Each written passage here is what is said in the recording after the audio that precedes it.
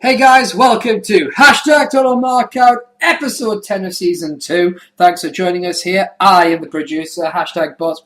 Sorry, strike that. Just boss. SteveJones313, and with me, as per usual, is the most hard-working member of the Hashtag Total Markout cast. Why? Because he's appeared on more episodes than anybody else. He is the maniacal Mark, the patron saint of the socially awkward, the Sith Lord himself, Geek King. How you doing, Geek? I'm good.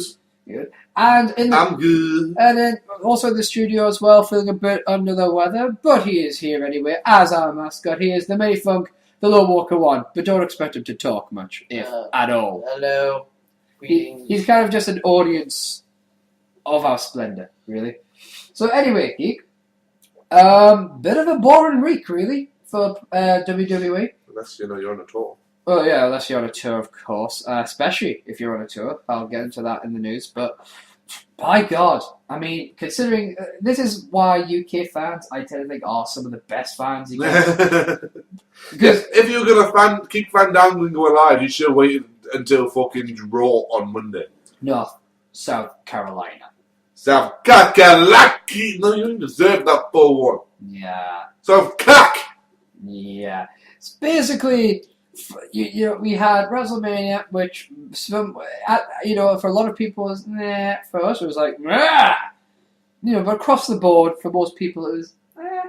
Then the Raw afterwards was amazeballs, and then this week, oh dear God, these people sincerely don't even know how to work with a good thing.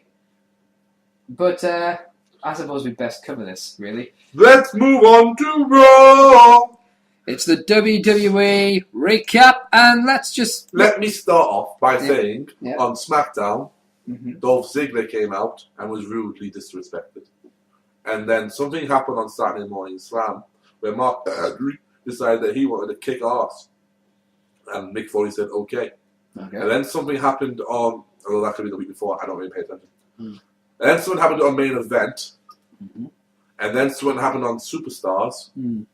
And then something happened on NXT, which was William Regal having the best match of NXT so far against Cassius Ohno.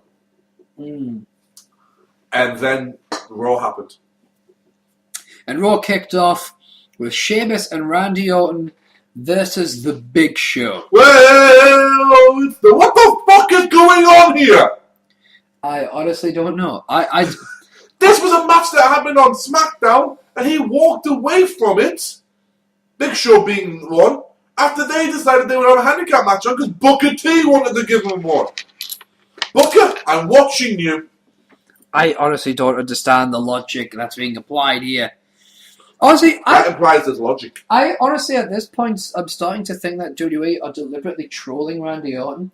You're gonna be here soon, I promise you. Is it? Baby, you're gonna be here, so I promise you. Oh, it's like, I'm trying to remember, it's a bit like the Brodus Clay thing.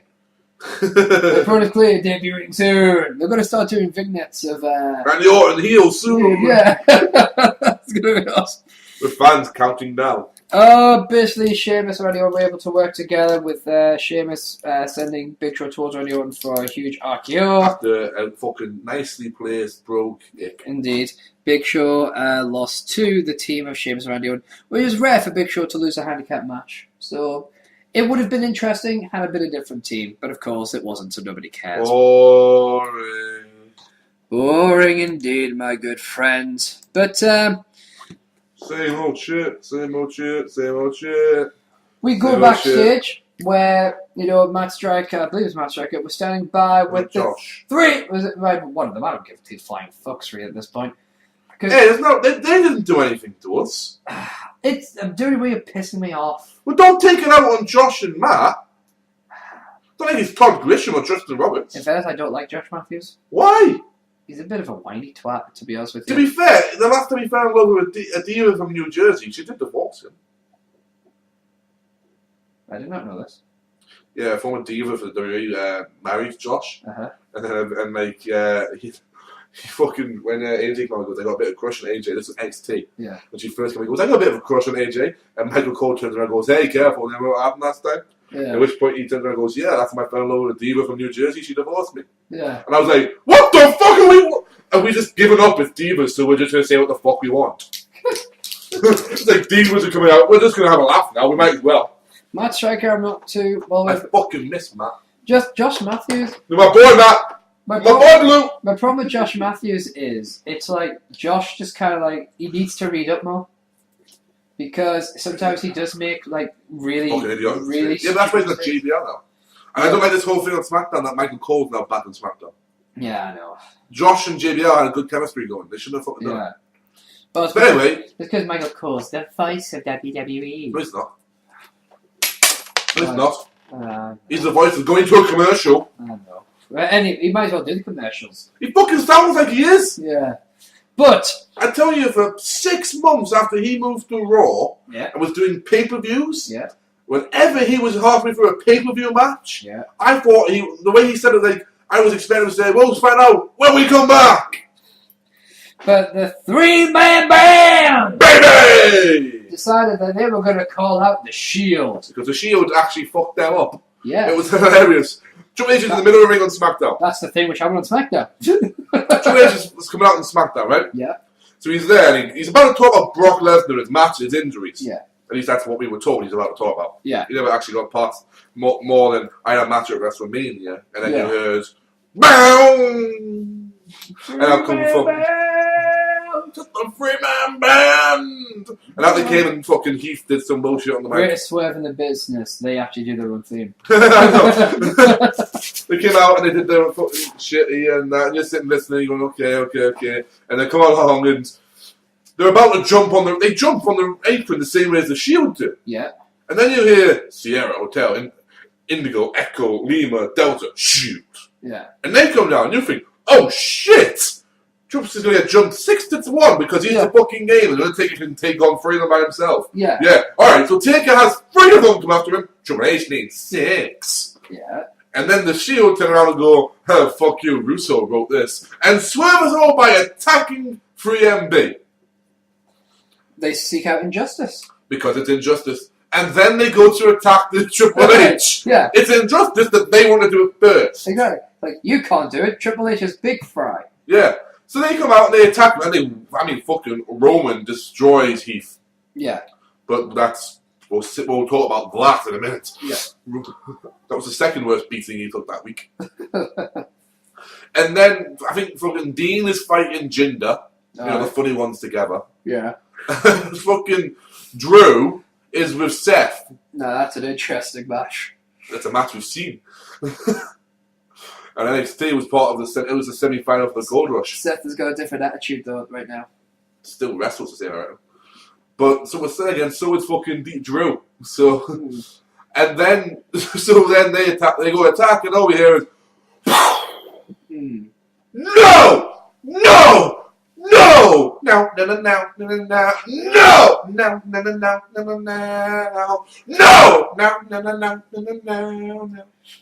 Well, that's so who the kids sing? Coldplay? Remix! Can I get a rewind? Rewind! Oh! Somehow I don't... Unbelievable? No, I was doing more of a Chris Compton. Somehow I can't see, Undertaker Kane coming out to get rowdy at this, but Get him rowdy! I'm getting rowdy. But this translates... With that dead man, we get it rowdy. What we doing, we get it rowdy. Fuck you. Needless to say, the 3MB get in the ring and call it the Shield. The Shield's music does not hit. Instead... Boom, boom, boom, boom, boom, doom, doom, doom, doom, doom, doom, doom, doom, doom. Oh my! It's just, but when you see Brock Lesnar on there, and you're just going, oh shit. The Beast Incarnated, as the WWE's trying to push, which I don't mind as a nickname actually. It's better than the fucking Wildcat. Poor Kofi. We'll get that fucker in a minute as well. Yes. So Brock comes out, and I believe he clotheslines the fuck out of Heath. Yeah. He then grabs the whole agenda as if he was nothing and ragdolls him. Yeah. Throws him overhead belly suplex. Alright, my apologies. Yes, he And does. I know he hurt his F5's Drew, right? Yes, he does. F5's Drew. Yes. At this point, he's about to get into the ring again. Yes. Brock looks at him. Remember, Brock still looks like he looks at WrestleMania. Yeah. Just this time, he's pissed. Yeah. He got knocked out. He's pissed. Keith does the smartest thing I've seen a wrestler do in a long time. He leaves. He runs like the fucking clappers. But you know what happens? Boom! Brock hits Heath! That was even JBL would be proud of that clothesline. Fucking close. I know it was a body charge. Yeah. I've seen fucking left violence in the NFL. Yeah. Especially my Eagles are playing. Fucking hell. That's another conversation for another time. Yes. But he then picks him up and F5s him. Now, I thought he was going to go for the fucking... I thought F5 into the ring post like he did to Zach Gowen. And then I thought maybe onto the announce test. But no, he does something we haven't seen before. He F5s him onto the barricade. It's like, geez, God, you trying to break his leg? And then he does it again. And that's when Paulie turns around and goes, no more. Paul Heyman doesn't just turn around. Paul Heyman appeared like a fucking wizard. Just all of a sudden, poof, I'm here. How did he... Batman couldn't have done that shit. Where did Paul Heyman come from? Paul Heyman came from centuries ago. He was born of the fiery stones of Ardenor. Paul Heyman is the one true Lord. Next you tell me he's the usurper and should be sitting on the Iron Throne. No, he should be sitting on the steel throne. It's a throne made of lies. The Iron Throne is. Hold on. It is actually... You've seen that in the trailer, haven't you? I saw it. You sit on a throne of lies. You saw it, kids. I like that. But no, Paul Heyman appears and he's going, please, Brock, no more. He knows. He didn't do anything, Brock. It wasn't him. He knows. He's hurt, Brock. He's hurt. My favourite moments are when Paul Heyman goes, he's sorry. He's sorry. It's like... He's sorry. They get in the ring, Paul Heyman gets the stick, and you know magic is about to happen. Oh, it does. And long story short... He sold this to me. Yeah, long story short, him and Brock Lesnar challenging Triple H to a steel cage match at Extreme Rules. And you know what's weird? What? Steel cage match. You usually hear it these days, like, oh, fucking steel cage. Especially after 2 fights that these two men have had. Yeah. I sat there after Heyman and didn't sit there and go, oh, fucking get in there, steel cage. Mm-hmm. I turned around and went, how did Paul fucking do that? Yeah. How did he get me juiced up Mm. for a steel cage match? I would be really concerned if I was Triple H as well, because if I had to do that match, I would not want to do that match, because you're going to be in a cage with Brock Lesnar. Who's had one in the past. Look at Kurt Angle's fucking injuries. He was the UFC world champion. Those things aren't done in just a ring, you know. Those aren't done at your WrestleMania arenas. That's done in a fucking octagon half the fucking time. No, UFC's always out. Always. Well, there you go then. I mean... Yeah, I get and now, Brock's allowed to use it. I'm just sitting there going, pardon, what now? It's my understanding. I just remember sitting there going, okay, you're putting Trips over. Where's this going? Yeah. He did a hell job putting Triple H over. But my client does not share my opinion. I was there going, and then when he said that, I went, oh, this is where we're going. Yeah. And he turns around and goes, my client, Brock Lesnar. He says it was such a... Yeah. When Brock Lesnar's name says by anyone else, you have to hear Paul Heyman. Otherwise, it just doesn't sound the same. Yeah. And especially when it's, oh my, Brock Lesnar! Fuck off, you little cunt! But yes. That's it, I don't the rage consumes you. That's a problem with you, Seth. It flows through us. You know like a river. You know it to be true. I do. And he sold a steel cage match as if it was the fucking a death pit. Yeah. As if it was The fucking the pit in Spartacus. We have to wait until next week to find out if Triple H will accept. Of course he will. Of course he will. He's having an MRI this week to find out if he can. Now, from he's a time for an Antonio Cesaro was once one of the best United States champions we had. Your little apple. And all of a sudden, Vince McMahon goes, I don't like it, Antonio Cesaro, for no reason whatsoever. Maybe because he could do strongman shit without looking like a super strongman. Your little. So they make him yodel. Your little. And... You know how annoying that sounds to you? Mm-hmm. So annoying it sounds to me, and I'm doing the fucking thing. Antonio Cesaro drops the United States Championship to the new mid-card champion, Kofi Kingston.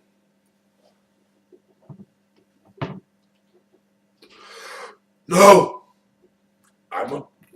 I like Kofi. Kofi's a hell of a hand. Kofi can work. Kofi's good for the kids. Kofi is a talent. Kofi can do a lot of things. But simply because you don't like a man and make him yodel does not mean you give it to your, and I'm gonna say this, token black man. You give it to someone he's been feuding with. Like, I don't know, NR Truth. And don't think I've forgotten how you've gotten round this. Antonio Cesaro never said he would be beaten by an American. That is true. And he hasn't been. The African beat him. Kofi Kingston from West Ghana. And then goes on and says, I brought this back. Yes, this may purely be an instance where you think, well, give something to someone who lives in Boston. But why? It makes no sense. Antonio Cesaro was a perfect heel, and you made him fucking yodel, and now no one can take him seriously. Mm-hmm. In an instant, you have ruined the career of this man before it even got started in your fucking company. The reason Antonio Cesaro was getting over was because of his attributes. He's not like everyone else. His uppercuts, the Swiss death, the fact he uses a neutralizer as his finishing move, and the fact that if he wants to, barring, I'm going to say, Big Show, Mark Henry, Brodus Clay, and Sweet Tea, can deadlift anyone in your company. That includes your son-in-law. And your face of the and your ex-champion. And the guy that's probably going to be the next champion. Pound for pound, Antonio Cesaro is the strongest man. But he doesn't look like a fucking jacked up Superman, so you don't like him. Vince, this is not 1986 anymore. Get your head out your arse. Couldn't have put it better myself. Simple as. So, moving on from that. Great! A fucking druggie. Yes, Dolph Ziggler versus Alberto Del Rio in a rematch for the World Heavyweight Championship never even took place because Zepp Goldberg came down with Jack Swagger, and they basically said that Dolph Ziggler didn't deserve to be champion, and then they said that Alberto Del Rio didn't deserve a rematch. They made some good points, though. I wasn't listening. They said, if it wasn't for Jack Swagger, Dolph wouldn't have cashed it in, right, because of the injury. At which point Dolph went, yeah.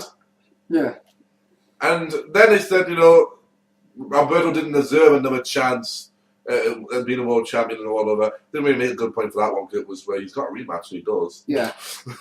And it's like, but Jack should be A, the new world champion, and B at least the new number one contender.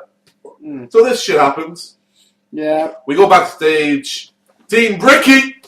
Oh yeah, Bricky's on TV. We fucking love Bricky in this room, don't we? Yeah, Everybody in this room loves Bricky. You do. You love him. You love a bit of Bricky, especially the Brad part. I'm going to come over there and hurt you. I will hurt you, geek. I will find a way. I will get a ring made of kryptonite if needs be, but I will find a way to hurt you. Let me quote a great man. Yes. I may not dress like the devil anymore, but I will go medieval on your ass. Try me, and I'll make you famous. Yes, but this isn't WrestleMania. Doesn't need to be. Even the little guy gets win once. Yeah, but That's why Funk won. Yeah. The little guy. He's almost more than 5'5". He's almost 5'5" and 3/4. Just remember, even though he got his ass kicked later on, Maven still got to take out the Rumble. Fuck you. You want to go there? You want to go there? You want to keep bringing up Brad? You want to go there? You want to keep bringing up Brad? Yeah. You want to keep bringing up Brad? Huh? Cena.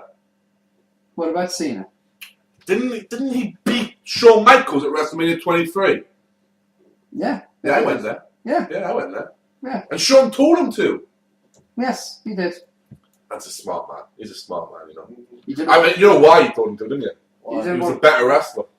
No, he didn't Cena was the he knew Cena was better, really. He didn't want to hold the belt. No, he didn't. He didn't want He to knew, hold... he knew Cena would have beaten. No, he didn't want to hold the belt. Simple as. He was sick. And do you agree with that decision? No, I don't. But, you know, I think Did if you're paid money, you do what you're told. Did he Unless upset you've got you? a damn good reason. Did he? Shawn didn't have a damn good reason. Shawn Michaels a damn good reason, just as Jizzy used to say, he was Shawn Michaels. That's another reason. Shawn, Good enough one to beat Cena after my no one is bigger than the WWE. Not a single person. Not CM Punk, not Shawn Michaels, not Vince McMahon. So one needs to remind Vince McMahon of that. Yeah, that's a good point. I would quite happily like to remind Vince McMahon of that if I could get fucking 5 minutes alone with him. But you know what? We're negating now. What? Bricky! Team Bricky on the screen! Yep, so There is not one thing about Brad Maddox that is worth any TV time except his execution.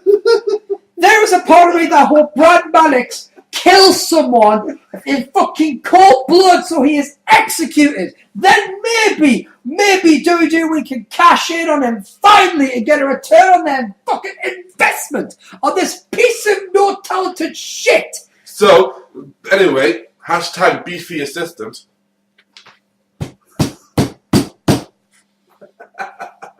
Is there, he's telling Vicky the Cougar. Antonio Cesaro loses the United States Championship to a guy he's barely feuded with. He is made to fucking yodel because this guy can do twice what John Cena can with fucking half the body mass, and yet this cunt McNugget, this McDick, this fucking cuntosaurus gets the fucking TV time as the assistant to the general manager.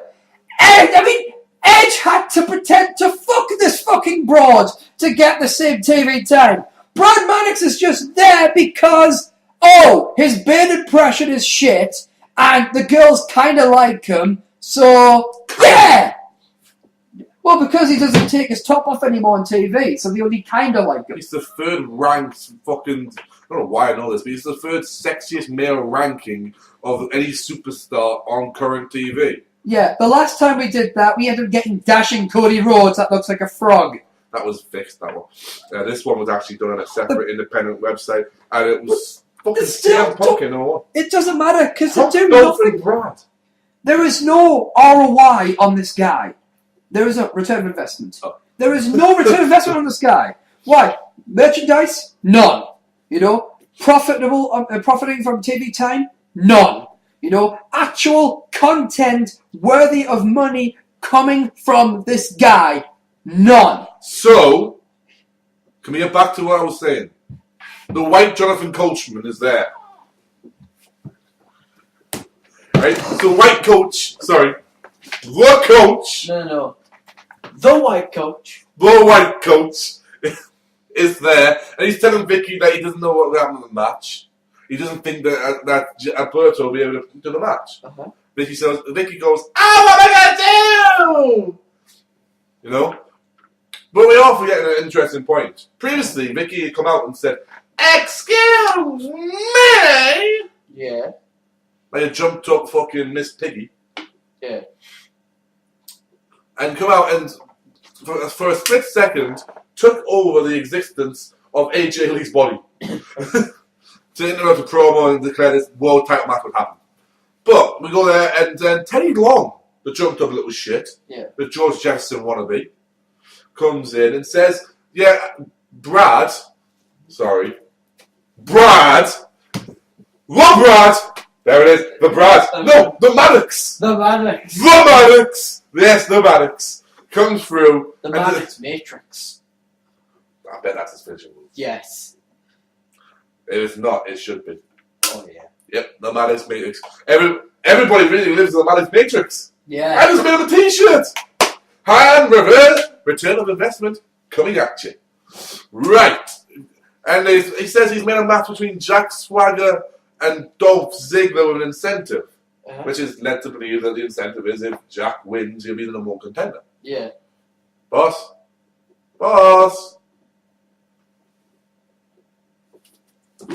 You fucking continue. We need the next part. There you go, dickface.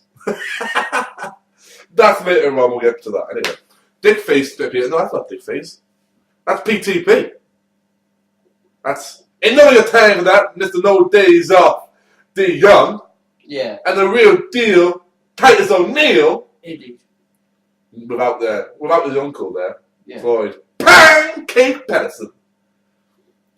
The PTP, the primetime players. Yeah. Versus Team Hell No.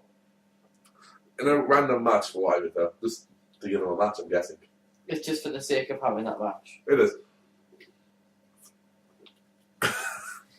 So they had a match and that, and then I believe the Shield had a video saying, "Did you feel strong being there with your brother?" Yeah. You know, oh, we're the Brothers of Destruction, and a little pet was there. Believe in the Shield.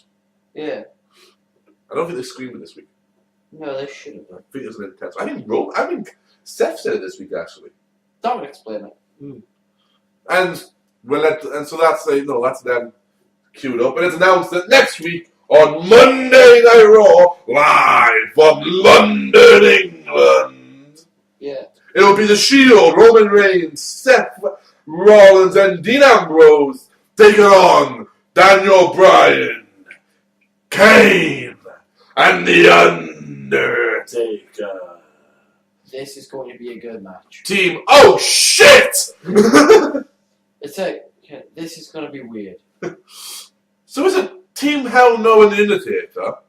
Or is it the Brothers of Destruction and Daniel Bryan? Yeah. Or is it a brand new team? Ministry. Ministry 3.0. Maybe. Boss, you want to join us now? Shut up. I'm busy. We love you, boss. Boss, No, you look Brad Maddox. boss, are you in the Maddox Matrix? Is that what you're doing? Are you setting up the Maddox Matrix? I'm going to review your contract. You can do all you want. You know this show will be half as entertaining without me. Actually, let's be fair. It wouldn't be half as entertaining without me. Yeah. It would be like a quarter as entertaining without me. Boss, next bit. Right, takes not. So then, out of nowhere, for no apparent reason, R-Truth beats Wade Barrett. Okay. Much to Truth's fucking surprise. Okay. I don't actually know why this was even on or why this was made. I know there's on the main event on Wednesday, there was a battle royal and the winner would face Wade Barrett. I'm assuming that would be Truth after Monday. Okay. I haven't actually looked at that yet. Any idea why that happened, boss? Sorry, what? The Truth, Barrett. Any idea why that happened? The Truth was around, and yeah. Fair enough. Anyway, that's essentially it. There's been a lot of random bookings this week, this last couple of weeks, hasn't there? Yeah, that's because they've all got the fucking heads up their asses because none of them basically know how to work for the amount they're paid. They're stuck in the Maddox Matrix. Mm-hmm. For the benefit of those who can't see us, what's happened is in the studio, Stephen has turned his chair away from us and has exiled himself to the corner. Next section, please, boss. Another random match. Team Rhodes Scholars, the intellectual savior of the unwashed masses, the Duke of Decency, the Shah of Culture, the Lord of Literacy. Yep. Some nice nicknames there. Almost as many as me. Indeed. In Damien Sandow. And let me see if I get this right. The essence of mustachioed magnificence. Indeed. Cody Rhodes. Yeah. Rocking the love stash. Do you know what I like about these two? Is that when they're not on TV, when they're not on the in-ring action, they wear each other's shirts. Yeah. Which is kind of cool. It'd be nice to see Kane rock a no shirt now and again. It would be, yeah. You know? I mean, Daniel Bryan comes out with a Kane shirt to remind people there is actually a Kane shirt available. Is there? Yeah. See? There's actually a team. There's a couple of Team Hell No shirts available, and neither one of them ever worn. Oh. Not on TV. They're worn until like Access and shit, but Yeah. it's like Hug It Out and stuff like that. Yeah. They take on the random team of Santino Marella. This would usually be the part where Boss would sing the theme song of Santino Marella, but I'm guessing he's still a little bit pissed off with us. Am I correct, Boss? Why doesn't this fucking thing work? I have no idea. Tito Santana. I'm busy. Whoa! Shit, he's pissed You off. know that's not the rule. Sorry. I know what. El Matador. Tito Santana? I'm busy. Okay. Ready? Coco Beware. No, I'm busy. Yeah, we're supposed to be doing a show. Yeah, and I'm trying to sort out Total Markout's Facebook, but it's broken. We'll come back to that. No, I'm going to fix this somehow. You can't fix what the Manic Matrix is broken. Versus the Great Khali. Why is the Great Khali and Santino Marella team? Because they want to torture him further by fucking making him walk on glass knees. The fucking cruel bastards. Also, I'm pretty sure this is a fucking hate crime these days. I think it is, to be fair. Fucking load! Why can't Natalia wrestle anymore? Why has she got to be nothing more than an arm candy for the Great Khali? And what's with the deal? Why can't Hornswoggle take the part of Great Khali if he can't fucking walk? Hornswoggle can't take the part of the Great Khali because he's Irish and he's tiny. He's his best fucking friend according to WTV. Still. Still. Anyway, the Team Road Scholars win. I don't even remember how. I think they beat the shit out of Santino. They get a roll up on Santino. Basically, Cody Rhodes goes on the outside, picks on Hornswoggle. Great Khali goes to beat the shit out of him, and then David Sandow gets the roll up on Santino. Well, that makes sense. That dreaded roll up again. That roll Oh, it's because Hornswoggle did the Cobra to Cody Rhodes' shit. I remember that now. He did it to the stomach and he goes, "That's not even how it works." Yeah, he says, "You're doing it wrong." Yeah. Fuck for it. I thought it was hilarious at the time. Next segment, please, boss. We'll get through it.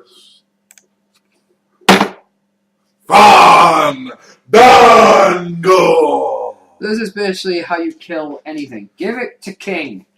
So the King gets in the ring And pretty much kill and shows a video package of what the world is calling Fandangoing. Indeed. Or actually, the world's calling it Fandangoing. We call it Fandangoing because we know how to breathe our ways. Indeed we do. Now, the idea of Fandangoing is that you get a group of people together, you sing Fandango's theme song while dancing. Yeah. Usually with the arms going up and down. Similar to a football crowd. Now, the way you can kill it is by having Fandango come out and say he's going to do it here, but then put in a crowd of South Carolina who don't really care about Fandango because his name's not John Cena or Randy Orton or Sheamus. That's pretty much all certain crowds care for. Hence why Sheamus and Randy Orton have to do double duty on TV. Because they need SmackDown to be entertaining as well, apparently, and for some reason Randy Orton's still deemed as entertaining. He hasn't been entertaining since... Actually, I can't remember when he was. Legacy. No, I thought he was shit then. In fact, I haven't been entertained by him since he won the World Championship back against Ben Wee. Now, the problem being is the crowd sucked. Only a few of them were trying to Fandango, and Fandango came out and said, "No, you have. Do you want to go Fandangoing with me? Only if you learn to say my name." And even less of them wanted to say that. Do this in London on Monday, it'll be a fucking worldwide sensation again. But this killed, effectively they didn't mean to, but I think they have, killed the worldwide fan craze known as Fandangoing. Yeah. Would you like to say his name? Nope. Please? No. Next. So next we get to the match that was made earlier with Jack Swagger versus Dolph Ziggler. In an entertaining match, Jack's fucking mean streak comes through like a bitch against Dolph these days. Jack wins and is named the number one contender thanks to Teddy Long. Teddy Long, who has no power. He's the senior advisor to the general manager. It'd be like Maddox making a match. Or it'd be like Booker T making a WWE title decision on Raw when he's a GM of SmackDown. That never happened, right? Mm-hmm. Of course. Good. Otherwise it'd be wrong. It would be very wrong indeed. And I would imagine Boss would have said something about that. Mm. Boss, did that ever happen? Whatever happened? Booker T make a decision about the WWE title on Raw. We went through this last week, Geek. I don't know. Makes about as much sense as having Brad Maddox on television. The Maddox Matrix, man. Or in a contract. We're living in the Maddox Matrix. Or in the fucking building. Or on this planet. It's the Maddox Matrix and we're living in it. Hashtag beefy wares to my beefy sister. He's Brad Maddox, everyone loves him. Hashtag Ricky, hashtag Team Ricky's all winning. It's just a weird system we have. Booker T catches up with Teddy and says, "You can't do that, dog. I just fought. No, you didn't think. But Booker, hey, listen to me, player. You're stepping over your bounds." Teddy gives him a fucking look as if to say, "Bitch, please." Or more accurately, they looked at Booker T, give him on Teddy on SmackDown and said, "Nigga, what you thinking?" And then he announces that at Extreme Rules, it will be the new World Heavyweight Champion, Dolph Ziggler, the show off. Yeah. Accompanied by AJ Lee. Number. Yeah. And Big E. Langston. Versus Alberto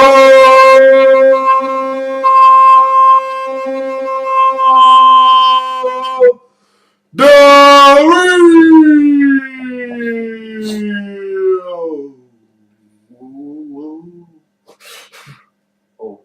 Accompanied by Ricardo Rodriguez.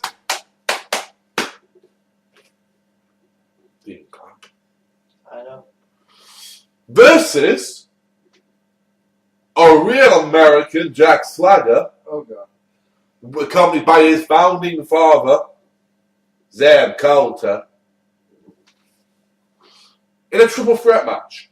I don't know about you, but didn't we have this problem last year where Extreme Rules wasn't extreme? Yeah. Shouldn't that be a triple threat ladder match? Yeah, you didn't have that with Punk, Miz, and Rio. It's a good match though, triple threat ladder match. Yeah. Well, it gives a bit of extreme to it. And at this point, the world kicks off because once again, Jack beat Ziggler, and Ziggler's the world champion, and that means he can't have more than one win a week. Yeah. Next! CM Punk comes out with Paulie to, well, we don't really know what we assume it's to talk about how he feels after WrestleMania. Now he gets through it and he says about how he felt about how when he had the World WWE Championship for 434 days, how he could never enjoy it because he was always looking at what was next. And what was next was The Rock. And after The Rock, he had to look at what the next challenge was, and after the next was the streak. And then the fans start chanting, Undertaker. And that gets to him. And it really gets to him to the point where he decides to give Paulie the mic, say goodbye, hug him, and leave. The first time the pipe bomb was diffused. Yeah, it didn't go off. And then doesn't even go out no way up the ramp and out. He gets halfway up the ramp, decides he's not going to go out that way, and goes through the way that the jobbers go after they fucking get beat. The side. Yeah. This, of course, does not mean Punk is dying. This does not mean that Punk has left the WWE forever. This does not mean that CM Punk is never coming back. This does not mean that CM Punk's going to Florida. It means CM Punk is going to have a, wait for it, face turn. It also means CM Punk going to take some time off. Some well-deserved time off. The man got injured in freaking, I believe it was November. Wrestled in December. The man was injured, had surgery, rehab, was wrestling within a month. You can't expect him not to need time off to recover. Yeah. The man held the championship for 434 days, then had two of The Rock's best matches since his comeback, and then had the best match of the night at WrestleMania against Undertaker. The man deserves time off, the man needs time off. Yeah. Before we get to the last part, I know we have a Ryback segment during this. Yeah. Ryback did a beautiful segment of proving why you need to pronunciate. Indeed. By emphasizing every word he said. Yeah. And it was nice. Yeah. What was really nice was the way he did it. He did a Family Guy style in the promo. He showed clips of every time he said, remember when something happened, and then showed it. Because we have to spoon feed the children. He said, basically, you invited me, you took me in your wing, but I realized that I was still living in your shadow. You got lucky at Royal Rumble. I was attacked 6 times by the Shield. Where were you? You were attacked 3 times, and I was there every single time. Yeah. That was a good point, in my opinion. Well, yeah, I mean, Ryback's promo was freaking awesome. And it proved Ryback could talk. It made me buy into the character somewhat. I'm looking forward to this match now. Although that match has not been made official. And then we get a fucking John Cena interview with Josh Matthews where he's asked, what do you think? He goes, he said this or that, and then he turned around and goes, I'm going to call him out to his face.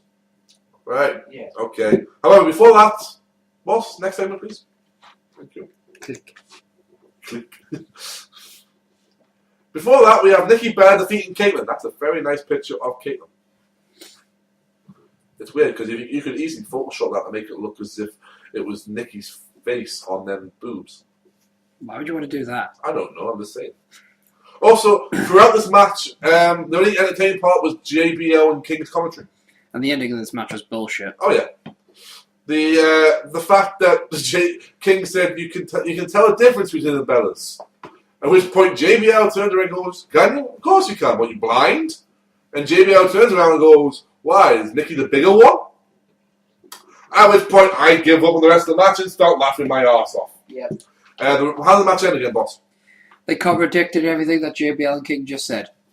By swapping him over to be the smaller one. Yes. Of course it did, because Twin Magic can work when you know JBL and King to point out there's a fucking difference. Yeah. Oh, by the way, once again, Diva main event. Yes, I didn't notice that. That's the last. I think that's the Raw before WrestleMania was a Diva main event, and the WrestleMania and the week before that was a Diva main event. So you know. Now we get to John Cena doing his usual fucking shit. I mean, honestly, God. He does a bunch of shit about how Ryback. He calls Ryback out. He's talking to Ryback. Ryback doesn't say a word the whole fucking time. Yeah. Which is great because it builds his character up. He'll talk when he wants to talk, not when you want him to. Yeah. But what's great is the fact that he turned around and John Cena must be fucking stupid, blind, or can't remember anything that happened last week. Yeah. You attacked me from behind. You waited for me not to be looking when you attacked me. Yeah. I remember as distinctly the first thing he did was meat hook clothesline you. Yeah. You need to be looking at the fucking for that to happen. You don't not see that coming. And then he shell-shocked you. Now, unless you've been hitting the head a few hundred fucking times during that week, you have no excuse not to know that. Now, he says another thing which makes no fucking sense to me. Yeah. He turns around and he goes, you want to be the champion, then you got the two things that a champion needs are missing. Something that's supposed to be between the space between your ears, and the things that are supposed to be between your legs. Yeah. Now, what was funny to me was Ryback's response. Did you know Ryback responded to that? I can't remember. No. Yeah, Ryback responded to it on Twitter. Ah. Fucking hilarious. Ryback turns around Mm-hmm. and goes, "You say I'm missing something between my legs and my head. It's funny, your ex-wife doesn't seem to mind." And I just went, "Oh shit, we are not going there." Oh, yeah. Apparently we were going there. Needless to say, during this period of time, The production crew botch. yep, you Right. see the Shield. Yeah. With Seth Rollins taking a nice drink of water, waiting for his cue. Yep. You see you see the Shield and JBL quick as a fucking trigger. Oh my god, did you see that? Yes, I think I did. And to make it scary, as if they saw a brief second them there. Mm. Michael Cole was the one who responds, "Yes, I saw it." Right. And they're both hushed, and they're like, "Oh shit." Yeah. And then, as Cena looks as if he's about to face right back in a fight, Sierra, Hotel, Indigo, Echo, Lima, Delta, Shield. Out come the Shields, and they circle the wagons. And then Ryback leaves. And now Ryback's walking away, and at which point Roman's looking at him and go, "Are you going to jump, or what?" And then Ryback continues to walk up the ramp. The Shield then jumps Cena, who does this fucking ridiculous thing of when he's trying to escape a group of people, he throws his arm out as if he's getting fucking submerged underneath a fucking avalanche. Mm-hmm. Yeah. "Oh no, the ropes will save me." No, they fucking won't. Now, the great thing about this is that they look at Ryback and they make it sound as if he's going to do something. And King is doing his usual fucking hissy fit. Yeah. Cole is calling the action for once. Mm-hmm. And JBL is progressing the story. Yes. The Shield are looking at Ryback after they've beaten the fuck out of Cena. Mm-hmm. They turn and they look, at which point they go looking, and they turn around and I think it was Michael Cole go, "Was Ryback going to help him?"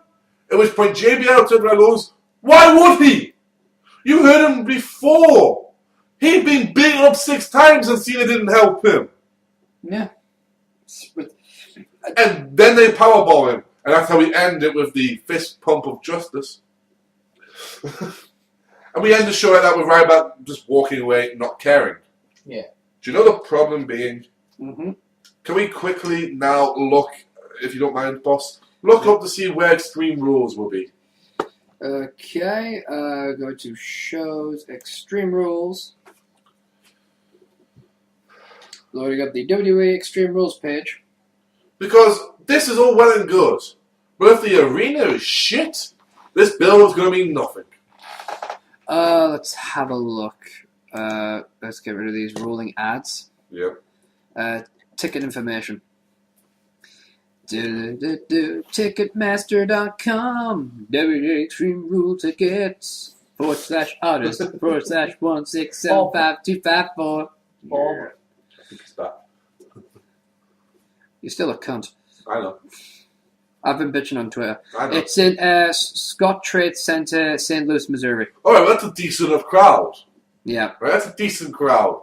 Scottsdale, St. Louis. That's a good. Oh, that's a decent enough one, right? Yeah, Scott Trade Center. Scottsdale, sorry. Scottsdale, Arizona, yeah. Yeah, it's in St. Louis, Missouri. St. Louis, okay, that's a decent enough crowd. Isn't that, I think that's how the hell is that one. no, is that not where Randy Orton's from? Yeah. St. Louis, Missouri. Yep. No doubt he'll get a fucking pop. Yep, maybe one of the heel But turn as well. Yeah. Well, if he heel turns there, it'll be at least worth it.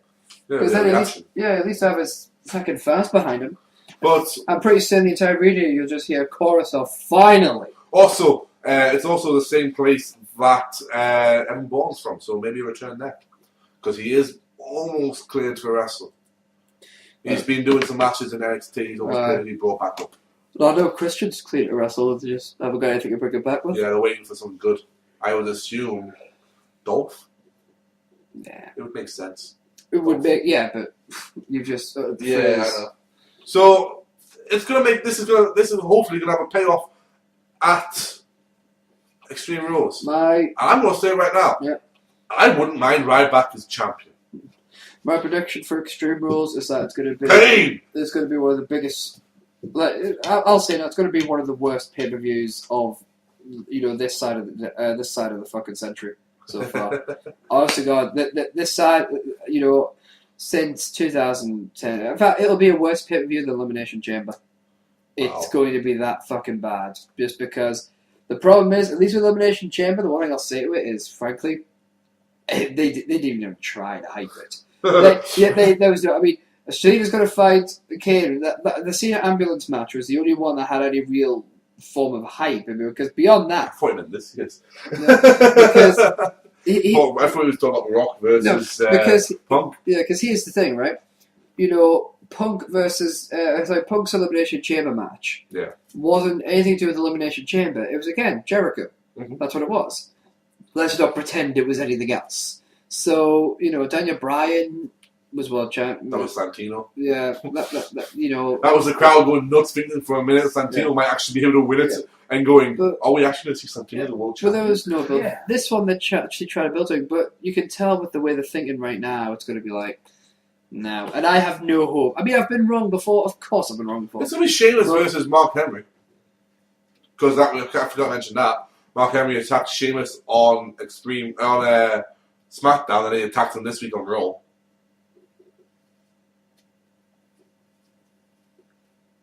Sorry, Mark Henry attacked him. And no, I got you. I got you. Just why? Because they don't want Mark Henry in the world title picture. But Sheamus, they got nothing for Sheamus. We're done with Big Show then, are we? We're just fighting him on Raw. Randy Orton. So is this? Are we just pretending that on SmackDown they have different personalities?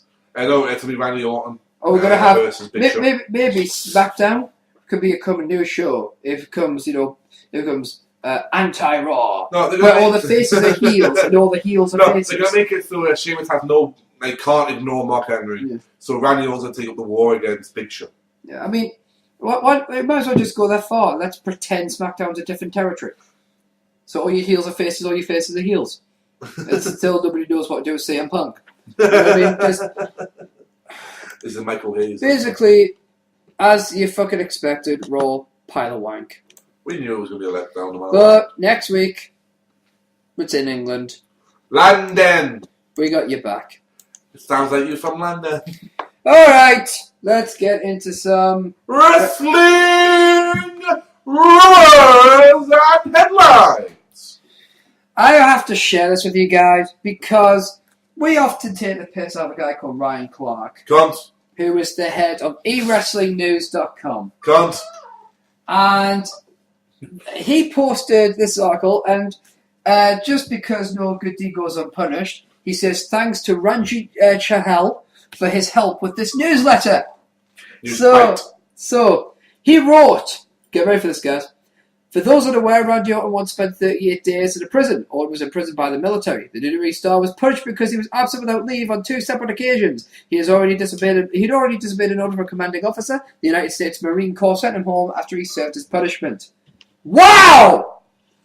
Now, quick to the fucking draw! Now just give me a minute. Randy Orton bearing in mind that Mick Foley had once been stated this during the promos between him and Randy Orton before they were due to face off in a match which Mick Foley walked away from before they ended up meeting up again at WrestleMania. But even before then, it was on a DVD, superstars, before they were famous. Okay, Randy Orton Experience was released in 2011, right? Yes. And gave full details of this more than the fucking superstar. Before they were superstars in 2003 was released. Yeah. So, and you posted this on April 19th, 2013. Roughly 10 years after. In other news, Brett screws Brett. More on this as we get it. In breaking news, Andre undefeated in 3 decades. He's going to be really fucking sad when he gets a bit when he finds out that Eddie Guerrero's going to become world champion. Because I swear to God, he's going to fucking break down. But an actual rumor which In other news, Jerry Lawler named King of Memphis. Hulk Hogan turns heel! Hulk Hogan turns heel! Carl Gosh wins World Championship! I can physically not get any earlier in wrestling history than Carl Gosh winning the World Championship. There are some rumors popped pre-war. Rumors have popped up about potential Beth Phoenix sex tape for the internet. This is because there's an adult website which is using her name as part of a title of some porn videos. So, yeah. So there you go. Porn. Now, WWE had an article posted explaining why John Cena is the company's Superman. The article makes reference to the Super Cena nickname that he's garnered and suggests that Cena is Superman not because of his inability to lose, but because Cena creeds of hustle, loyalty, and respect and rise above hate are synonyms with truth and justice. No, you do not understand anything. You are idiots. You are morons. You make the Special Olympics look like a gathering of Mensa. You fucking morons. The reason John Cena is WWE Superman is because he's fucking Super Cena!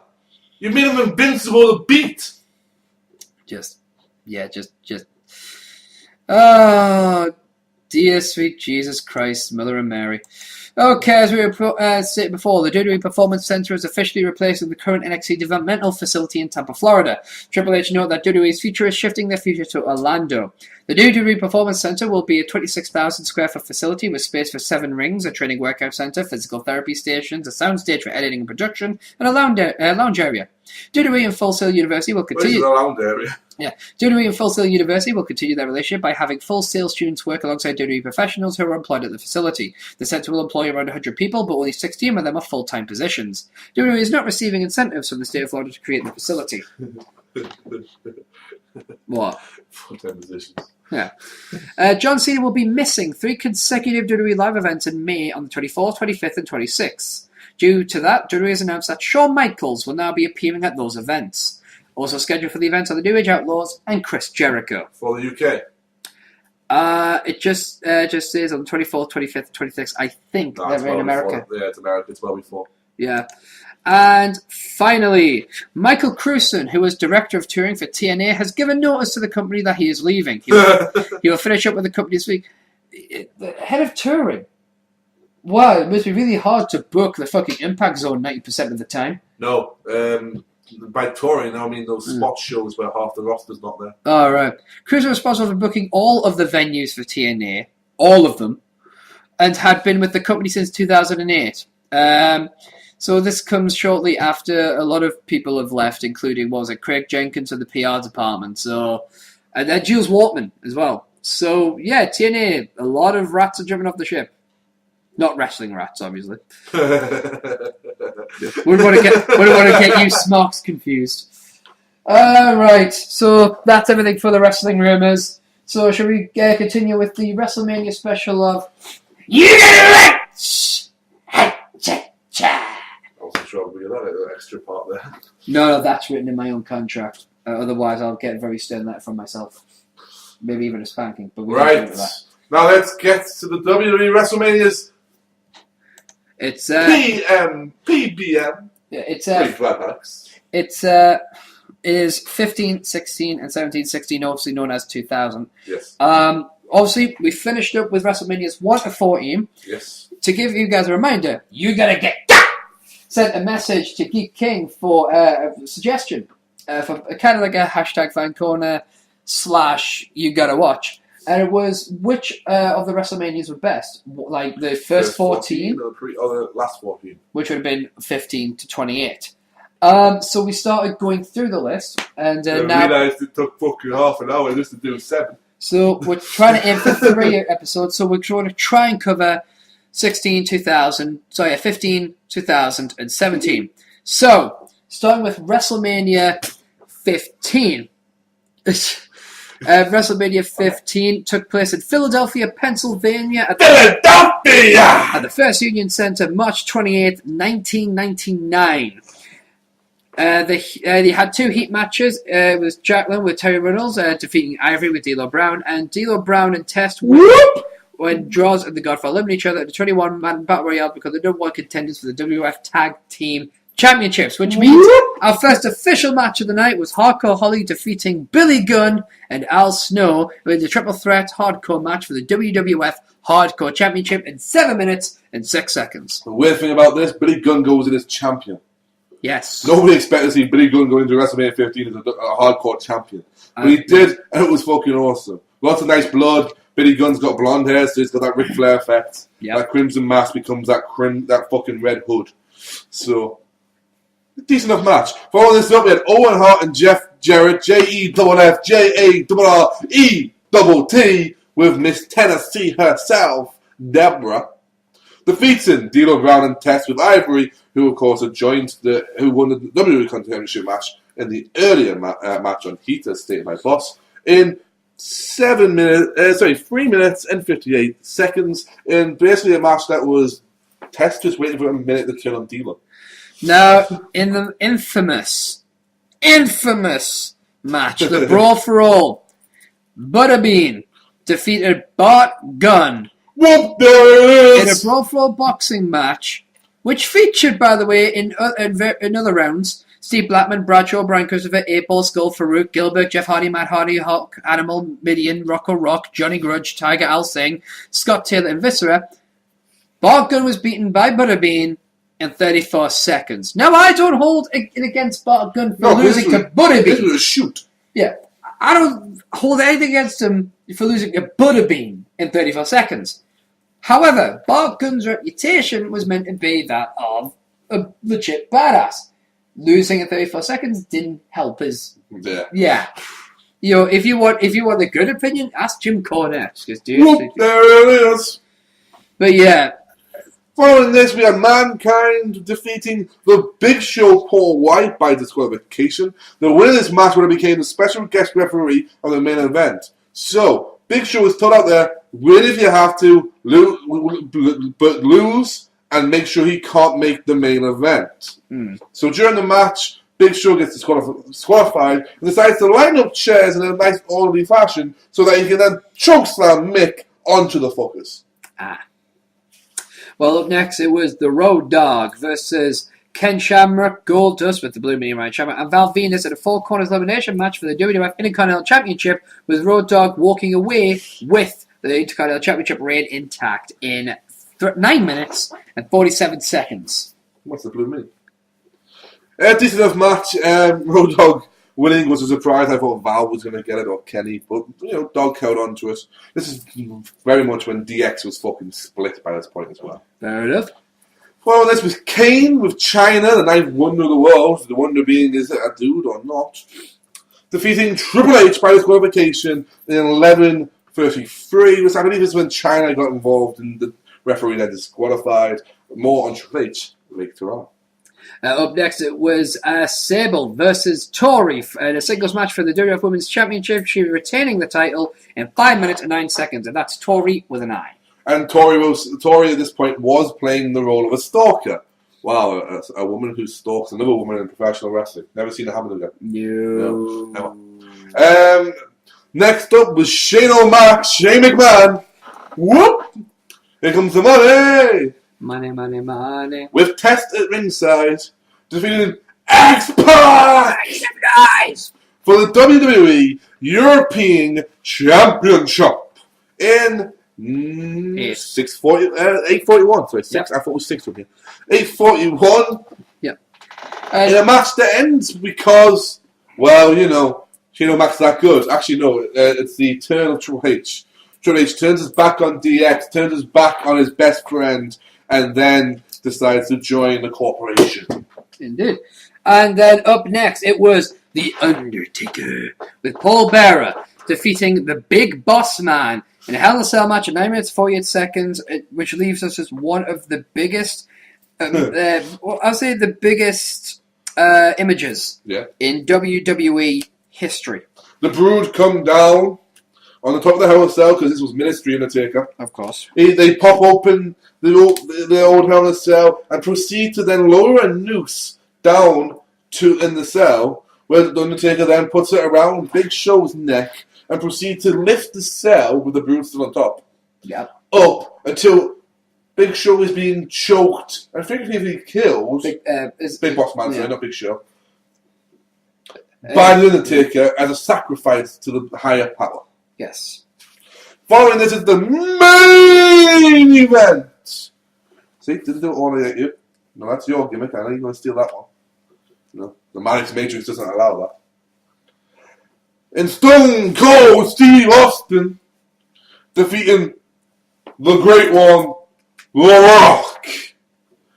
In an disqualification match with, I believe, Vince McMahon came out down to be the referee for this one, but refused to call anything that Austin did. Or maybe wrong. So I think Shane came down, sorry, as the referee. Vince was there at ringside with his broken ankle. Or some fucking injury. Oh, that was the coccyx, wasn't it? That was when he broke his coccyx. Because the wrong guy. It was St. Valentine's Day Massacre the month before, where he was bounced off the cell and bounced off the cage when he was facing Austin, and then fucking landed right on the edge of the table. Yeah, Paul White's debut. Yes. For the title, ends up happening as Shane won't count to 3. He tries a fast count. Foley, somehow the sick bastard, manages to get himself down to the fucking ring and stop Shane from screwing the Rock. Screwing Austin, and then plays it fair and allows Austin to pick up the win. For JR, who was made his return after his first issue of cerebral palsy, just for this match, to go, Austin wins! Austin wins! Austin wins! Stone Cold! Stone Cold! Stone Cold! This all leads to a very good entertaining build-up for the next 6 months, as during this time you have the ministry taking up with the corporation to be the corporate ministry, then trying to sacrifice and marry off Stephanie McMahon to The Undertaker in the pay-per-view we saw, boss, Backlash 99, which focused on where to, Stephanie? Yes. And as well as this, you have the higher power. It was me, Austin, it was me all along. Oh, son of a bitch! One of my favourite lines in wrestling history is that son of a bitch by JR. So, going down purely for this, though, because there's a lot that you can come out with this. Purely for this, I would say it is a good enough WrestleMania, there's good enough matches there to cut it down as a good WrestleMania. Boss, your opinion? I never saw it, so I'm going to rely solely on your opinion there, so I shall put that down. I do have a WrestleMania list here. I don't know why it hasn't saved. Was it not the last one there, mate? No, it wasn't. Apparently not. Well, there it is. So this was, for you, a good WrestleMania. So up next is WrestleMania 16, more popularly known as WrestleMania 2000. This took place at the Arrowhead Pond in Anaheim, California, April 2nd. The year was 2000, as you can guess. Now, your first match of the night, no dark match. No. The match of the night was the Big Boss Man and Bull Buchanan, B Squared, defeating the Godfather and D'Lo Brown. Pimpin' easy, man. Pimpin' easy, man. With the Godfather, D'Lo Brown with Ice-T and the Godfather's Hose in a tag team match that lasted 9 minutes and 5 seconds. In a match that I can personally vouch for, a lot of parts of this match, Boss was surprised by. Yes. Particularly Bull Buchanan's athleticism. Yes. Now, good match. Bull and Boss were always a good tag team. Godfather and D'Lo had a great, many years chemistry at this point. And it was cool. They're cool to see the progression of a storyline of minor tag teams, though. Yeah. Next up was Hardcore Holly winning by defeating Crash Holly finally in the in the Hardcore Battle Royal for it was 15-minute time limits. I keep belching for the Hardcore Championship. Championship. Sorry. In this match, there was Taz, Viscera, Joey Abs, Rodney, and Pete Gack of the Mean Street Posse, Taka Michinoku, and Funaki Kaientai, Headbanger Thrasher and Mosh, the headbangers, Farouk and Bradshaw, the Acolytes, were just starting the APA at this point. This match is a match that's just fucking nasty. It's a collision course of what the fuck? And I swear to God, Farouk and Bradshaw didn't want to be champions because when they had a chance, they put Kaientai on the Viscera just so they could beat the crap out of them too. Well, up next it was Tess and Albert, TNA with Trish Stratus, defeating Head Cheese, also known as Steve Blackman, with Chester McCheeserton, in a tag team match that lasted 7 minutes and 5 seconds. Now, Trish Stratus on this match was debut WrestleMania, and I also think it's maybe only a couple of months previously she debuted on TV. Now, TNA were a good tag team. I liked TNA. I also liked Test and Albert.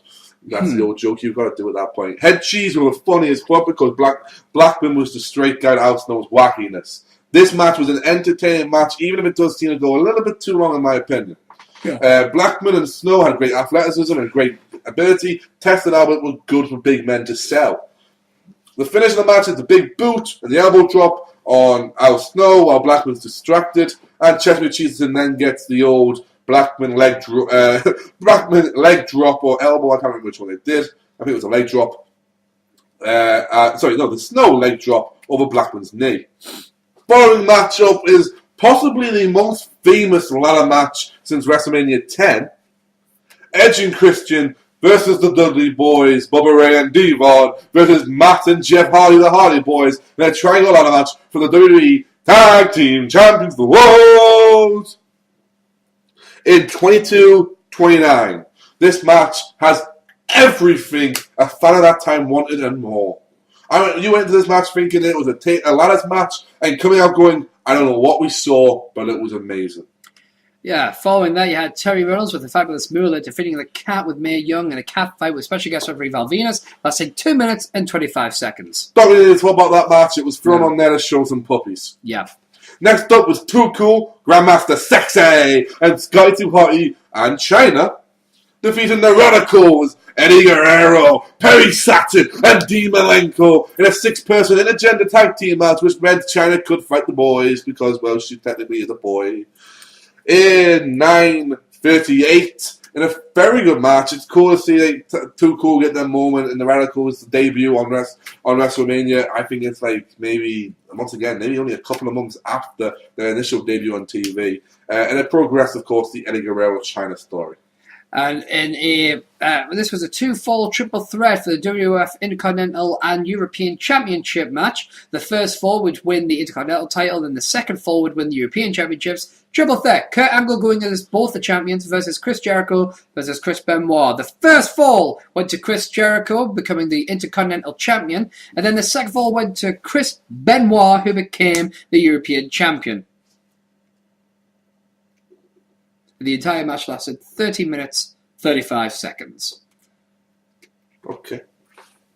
Good match. It's a great match if you want to watch technical wrestling. You want to watch 3 people who in the year 2000 thought, fuck it, I know what I'm doing, I'm going to go out there. Especially considering that this is Angle, once again, his debut WrestleMania, but it was also his debut year in the business. Going out there and wrestling with Jericho and Benoit, who at this point had at least 10 years in the business each. And were knowing what they were doing by this point, knew who they were, knew what their style was, and could go out there and face anyone. It was absolutely an amazing thing to see, and I was happy with both results. Next up, we had Rikishi and Kane with Paul Bearer. We're this tag team, remember, with MC. Defeating D-Generation X, X-Pac, and the D-O-double-G, the Road Dog Jesse James with Tori with an I. In a tag team match in 4/18, and also this was the final time you saw Pete Rose at a WrestleMania before he got inducted to the Hall of Fame.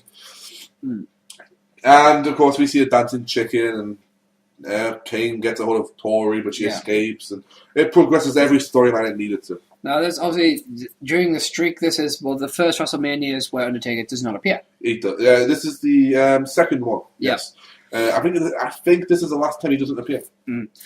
Well, then comes your main event. It is a 4-way elimination match for the WWF Championship. With a McMahon in every corner. Triple H with Stephanie McMahon. The Rock. With Vincent Kennedy McMahon. Mick Foley. With Linda McMahon. And The Big Show. With Shane O'Mac. So this is how it breaks down.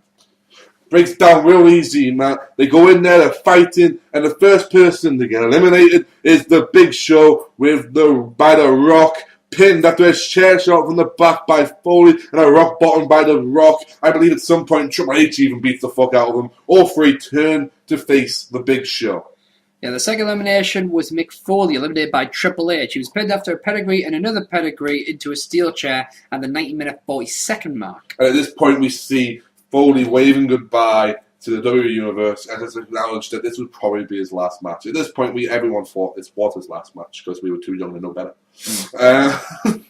But it was a very heartbreaking moment seeing him go out there and seeing JR call it as well. And finally, the one that seals the deal, The Rock gets pinned by Triple H after 2 chair shots to the head by Vince McMahon at 36, 26, 28. 36, My 28. fucking eyes, man, I'm telling It's you. that font as well. Yeah, it doesn't help. It's like size 8 in Verdana. Yeah. Which doesn't help. And this is the moment that, personally, as a fan, at WrestleMania 2000, I was let me try to think now. 10, 11. How old are you now? Minus 13. That's what I'm trying to do. I'm 23 now. I was roughly 10, 11-year-old at this point, but even I thought, Vince is going to turn on The Rock. Yeah. And I called it. First time I ever called anything in wrestling, I actually got it right. Yeah. My dad would wind me up for years beforehand. Every time I called something, it was the opposite would fucking happen. Yeah. I didn't think he's going to come back as me a hero. He's the biggest bad guy there is. Stone Cold's going to come out and he's going to turn bad and he's going to join Vince. He's the biggest good guy there ever is. So, yeah, ultimately, this is my second favourite WrestleMania ever. I don't think there's any doubt of this. Every match is a good match. And even if you didn't, I think there's enough good matches in it to make it a fucking really good watch anyway. Yeah. So then finally, for this week, WrestleMania 17, which took place.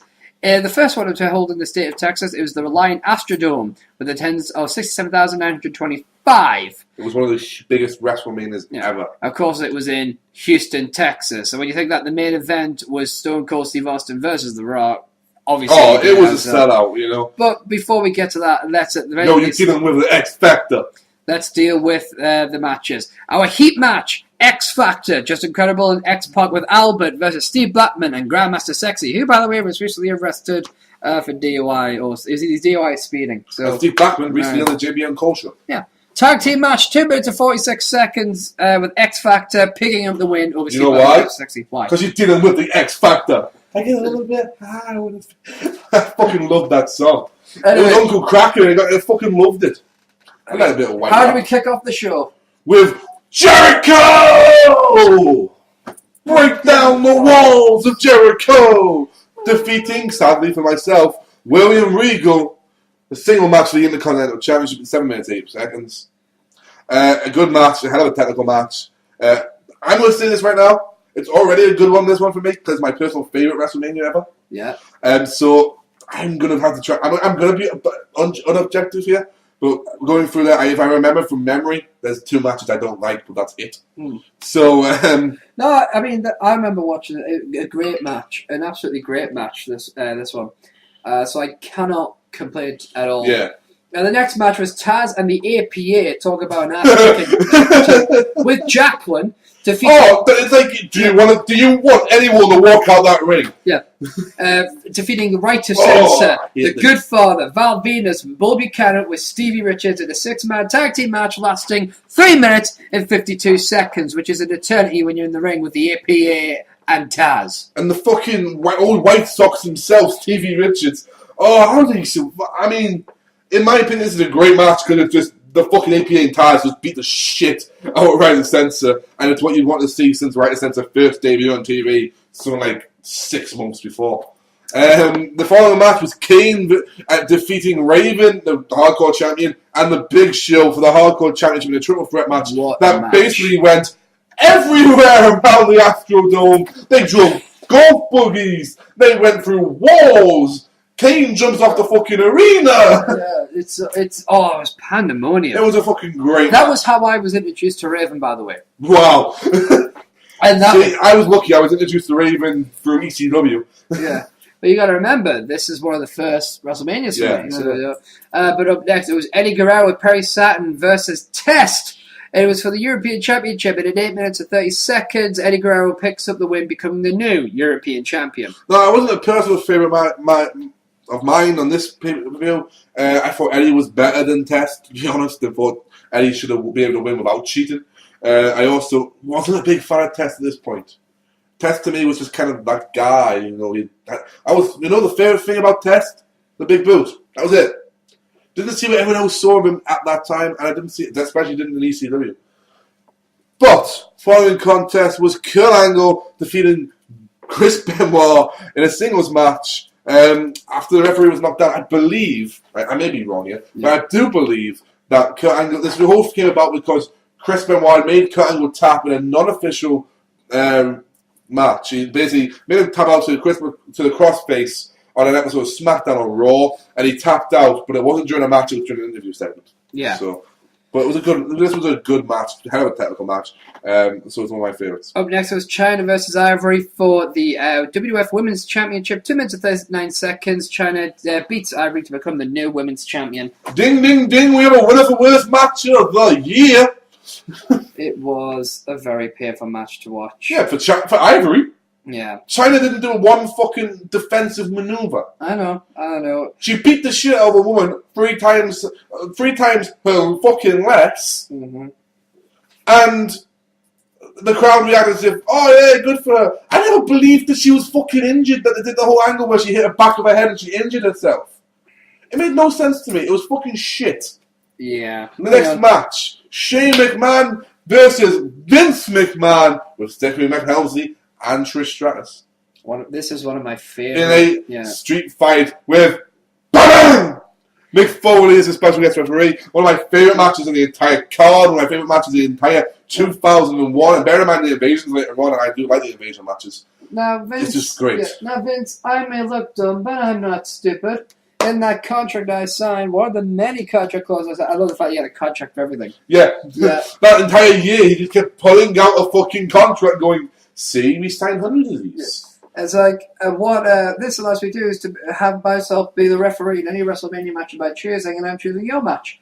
And it was brilliant, and oh my, this match... I mean, let's just think about the moments we have in this. The moments we have in this match, we have Vince McMahon getting elbow dropped through a table.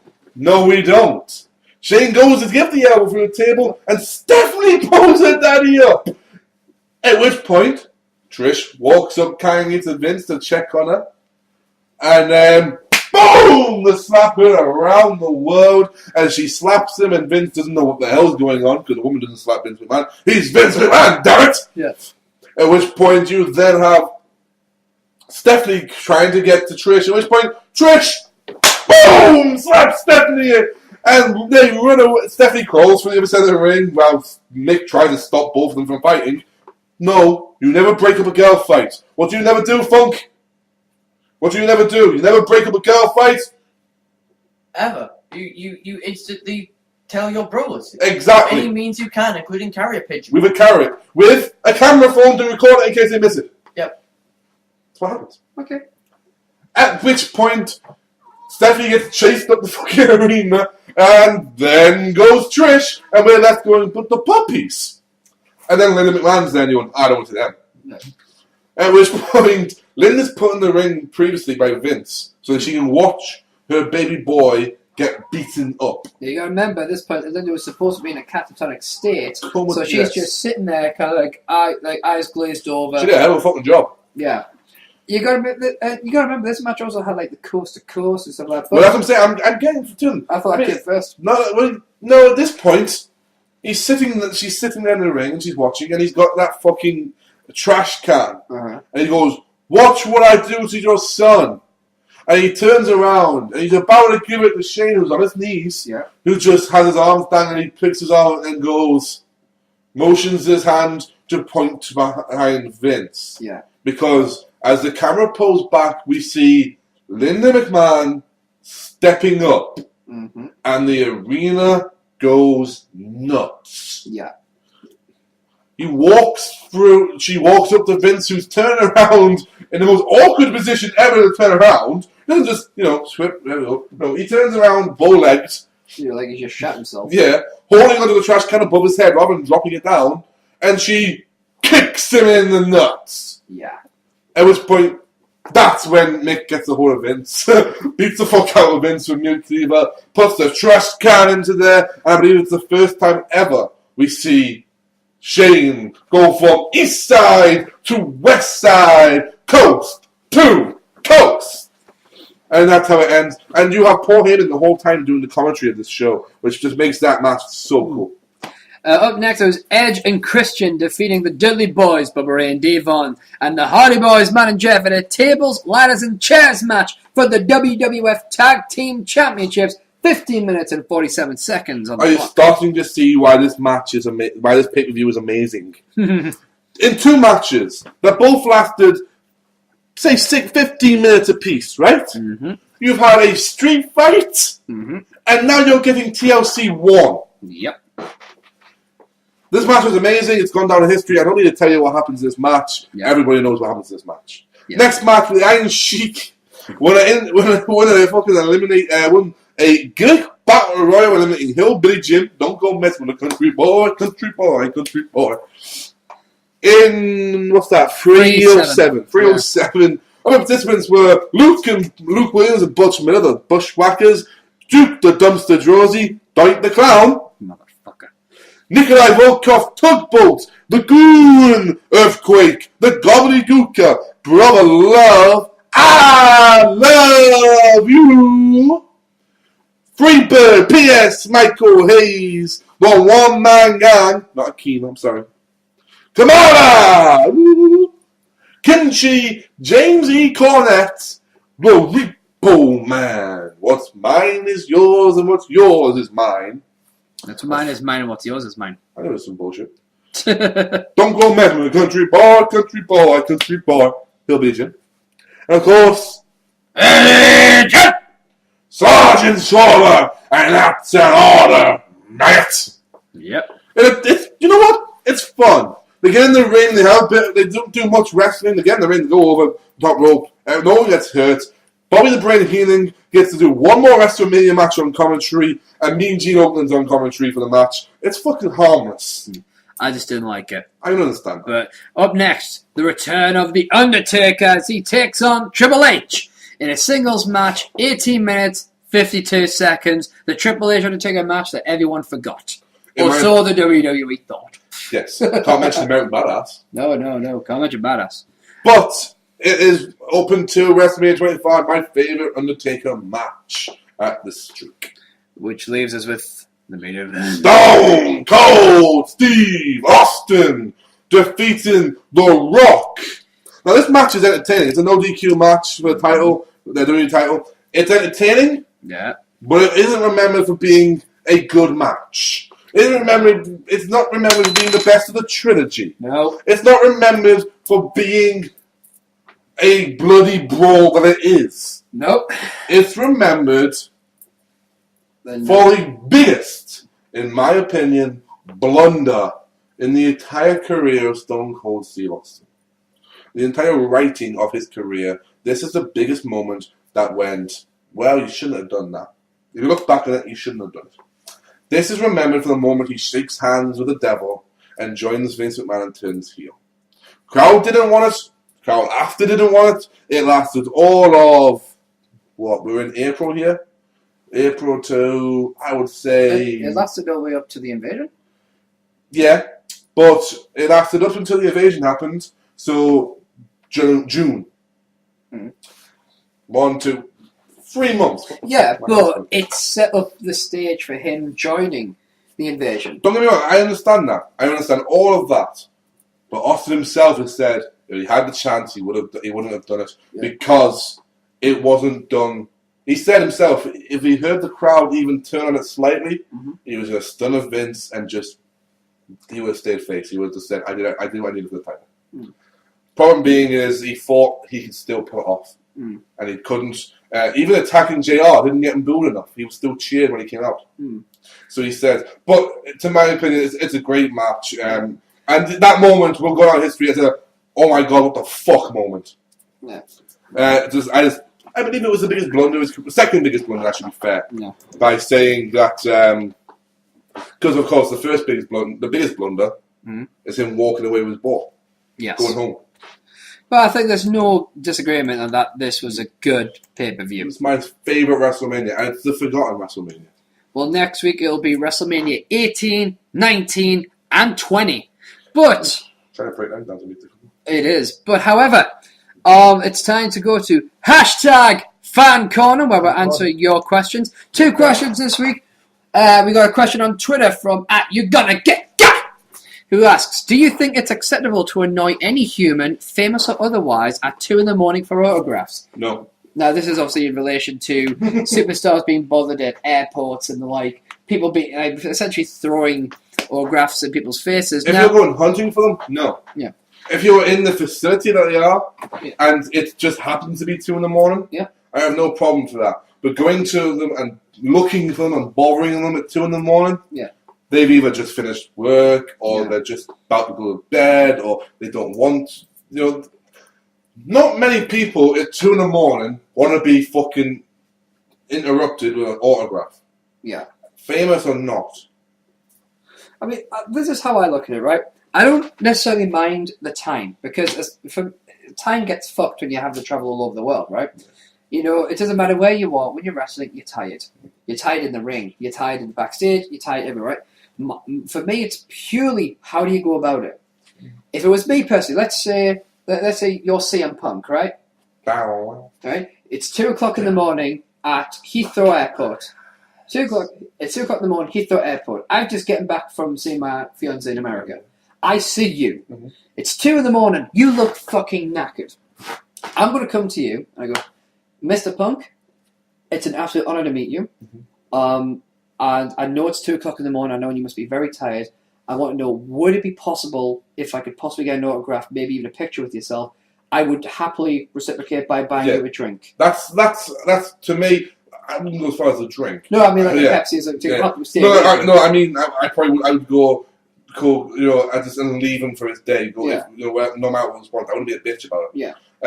But I would do the same thing. As I said, if you're in the facility and it just happens to be 2, I'm not bothered. But if you go hunting for it, after a show, you get in the car and you go following them, that is not on. Yeah. I don't mind going to the hotel in the afternoon. Yeah. I mean, I could understand the mentality. It's like, oh, well, I may never see them again. But it's like, at the same time, dude, Also, this is going to seem like a dig to certain people. Yeah. It really isn't, and y'all can call me out when you see me next week if you hear this by then. If you don't, and you still want to call me out whenever you hear it, bring it on. I ain't a hard man to find. Yep. You go to a hotel and you see them. Yeah. You don't know what their day's like. You don't know what's on their mind, and you don't know what's happening in their life. Yeah. If they say no, don't be a cunt. Yeah.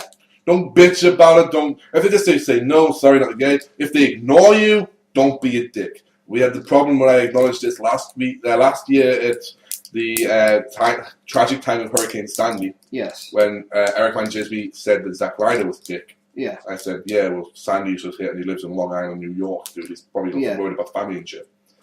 And he went, oh, yeah, I forgot about that. Yeah. But, especially this last week, it seems to be every time the WWE fucking travels, something happens recently. Just keep them at home, for the fucking God. And so, but if they're in a bad mood, use your common sense. Mark Henry said it the best way. Don't push at them. Don't put your hands on me. Don't push at me. Say, excuse me, Mr. Henry, Mr. Mark, sexual chocolate. Do what you want to call it, as long as you put a name on it. Just don't call me you. Yeah. Or I. Yeah. And don't thrust something in my face. I won't want to then. That's what you need to do. You need to be polite, use manners, look at them and see what they fucking looks as if they're having a good day. Mm-hmm. And if they're not willing to be in the mood to do it, simple. Be a man. Yeah. Or a woman, if you're a fucking woman. But don't be a fucking little boy or girl about it and bitch for the next 6 months. Yeah. And don't have it change your opinion on someone.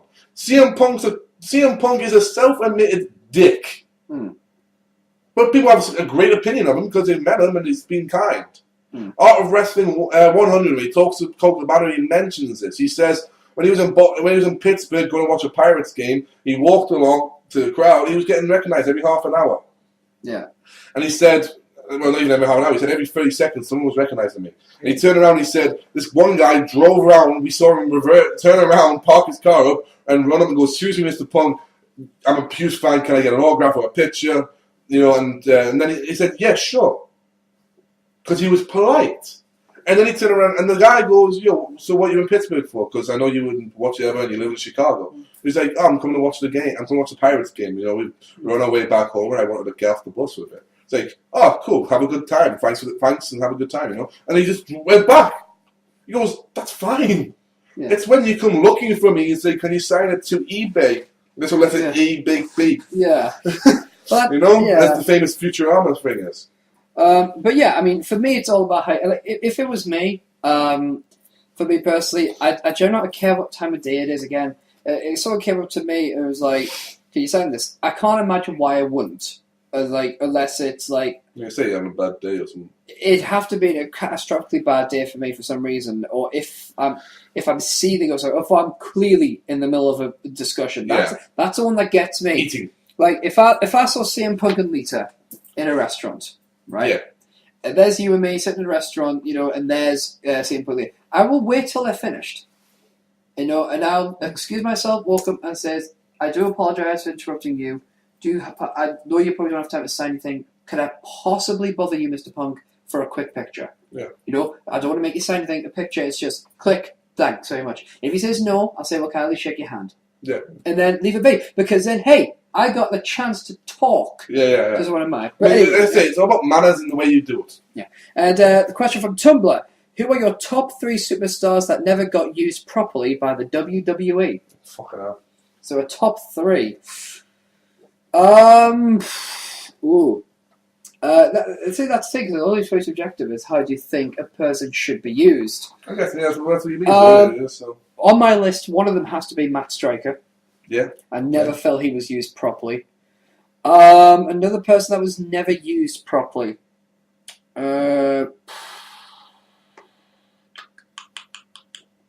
Never used properly. Trying to think of the TNA roster. Pretty much.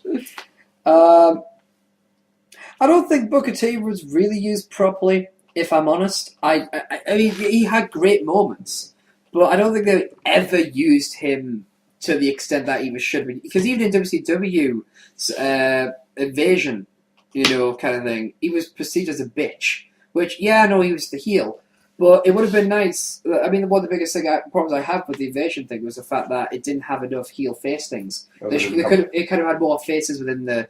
Because I had some that were breaking through, like Rob Van Dam, who was super popular with the Alliance. But, yeah, so you have that. So I would definitely have Matt Striker, Booker T, and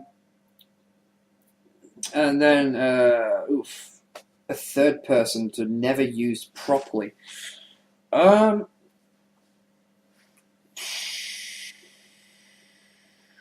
used properly. Drew McIntyre. As yet, I mean, the other Continental Run was great, but it was the story behind it was. Oh, I hated that whole like Teddy Long, I'll bully you kind of story. It's like, nah, you could have been a bit more of a dick about it, but less bitchy about it at the same time. There were better ways of doing it. So yeah, I would say in my it goes number 3 Matt Striker, number 2 Booker T, number 1 Drew McIntyre.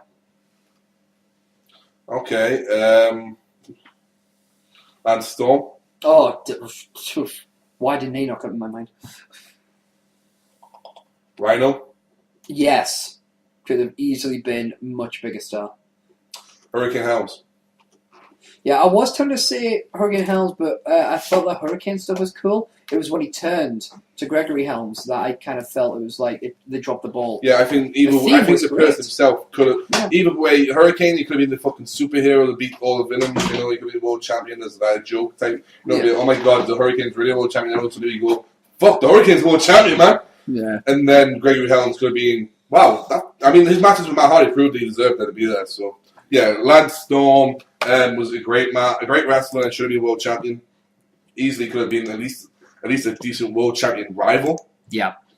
Rhino was a monster in ECW, a last ECW world champion, but when it came to WWE, he was a little fucking lackey for Edge and Christian, and then Stephanie McMahon's fucking guardian. Mm-hmm. So that's a bit of a one for me. And then so. Well, there you go then. Yeah, so then Hurricane Helms. In which case, let's just remind you guys that you can follow us on whole plethora of forums. Follow us on Tumblr at totalmarkout.tumblr.com. Follow us individually at Geek King, G33K, King.tumblr.com, SteveJones313, number 3, number 1, number 3.tumblr.com, even Minifunk at the Low Walker number 1.tumblr.com. Follow us all on Facebook if you like. Well, follow Total Markout on Facebook. Facebook.com/Total Markout. Now to the individual Twitters. Follow Geek King at Geek King, that is G33K underscore KNG, that is G number 3, number 3, K underscore KNG. SteveJones313, that is SteveGones, number 3, number 1, number 3. And of course, Minifunk, our mascot, the Low Walker 1, that's Low Walker number 1. We will be back next week, obviously talking more about next week's episode of Raw. Will it be a big clusterfuck, or being in England, will it be saved by the arena fans? Who knows? Not only that, like I said, we'll be running through WrestleManias 18, 19, and 20. Well, hopefully we'll get all 3 done if we have the time.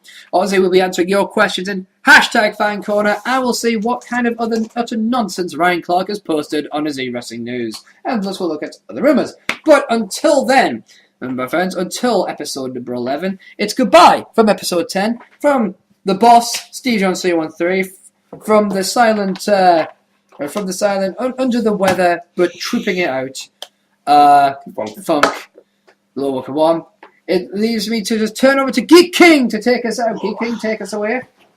My name is the Geek King. He's the boss, and to a large extent, today he's been Funk. We're living in a Maddox Matrix, people. Team Bricky for the win. The underscore. The underscore is back, and we ain't going nowhere. See you next week here on #Total Markout. Marks out.